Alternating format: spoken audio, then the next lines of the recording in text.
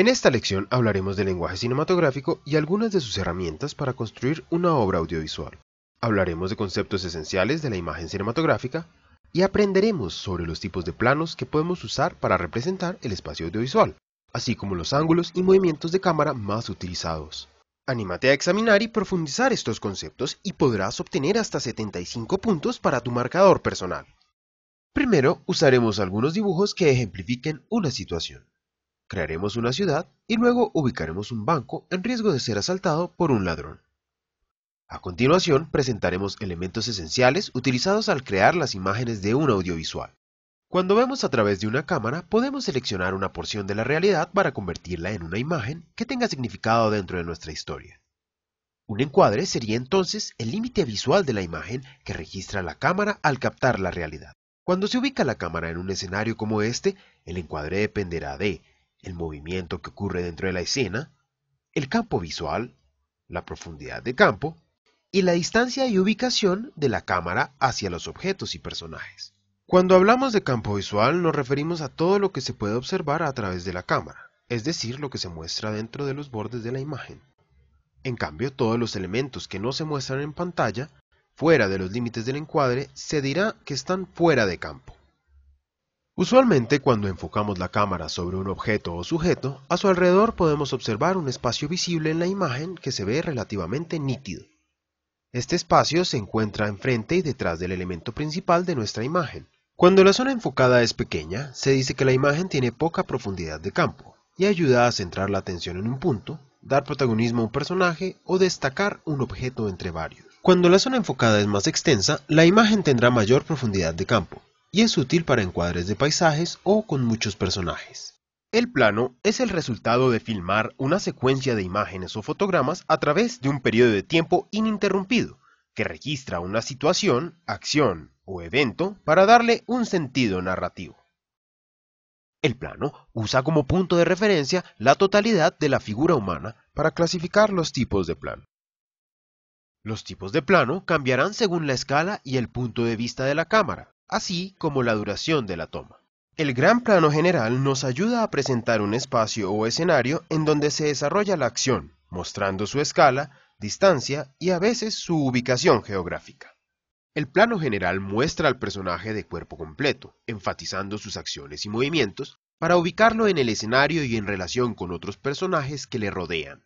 El plano medio largo muestra al personaje desde la cabeza hasta las rodillas, y está lo suficientemente cerca para mostrar su expresión facial junto con parte del escenario en donde ocurre la acción. El plano medio muestra al personaje desde la cabeza hasta la altura de la cadera y proporciona a los brazos libertad de movimiento durante la toma. Se utiliza normalmente para presentar a un personaje o mostrarlo cuando está hablando. El plano medio corto encuadra al personaje desde su cabeza hasta el pecho y funciona muy bien en situaciones de diálogo, centrando la atención sobre el sujeto al ocupar la mayoría del campo visual. El primer plano muestra el rostro y los hombros de un personaje, enfatizando su estado emocional, intención o carácter mientras se exageran las expresiones faciales. Esto permite establecer un vínculo de intimidad y empatía con la audiencia.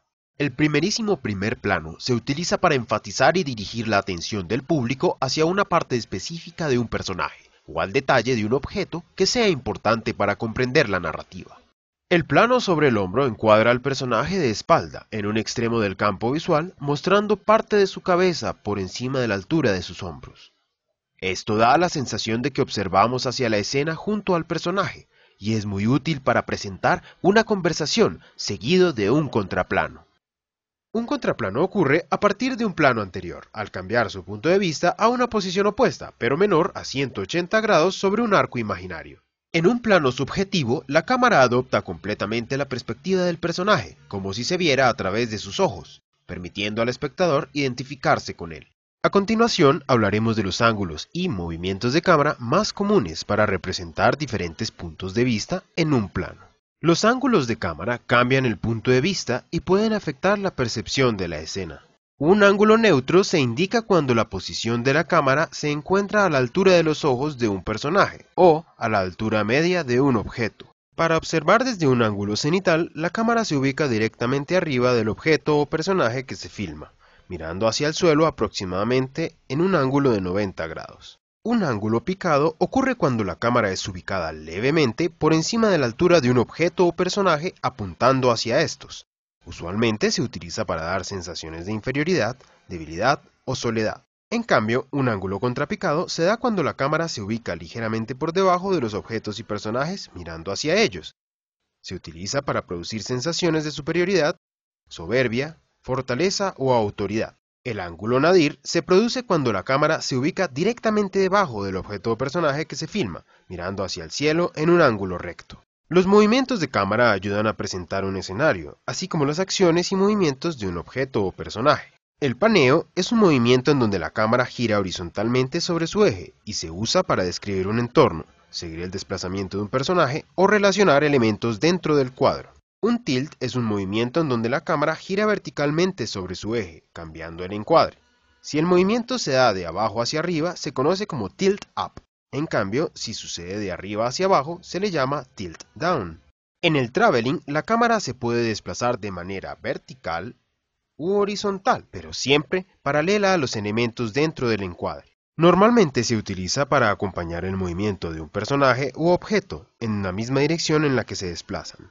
Cuando la cámara se desplaza físicamente hacia adelante, acercándose al objeto o sujeto, se conoce como dolly in y ayuda a crear tensión visual acercando el punto de interés al espectador. Cuando la cámara se desplaza hacia atrás y parece alejarse del objeto o sujeto, se llama dolly out.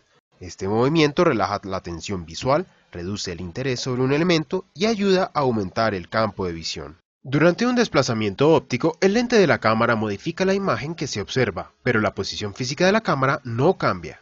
Cuando realizamos un zoom in, el ángulo de visión se reduce y el tamaño de lo que se observa en la imagen aumenta.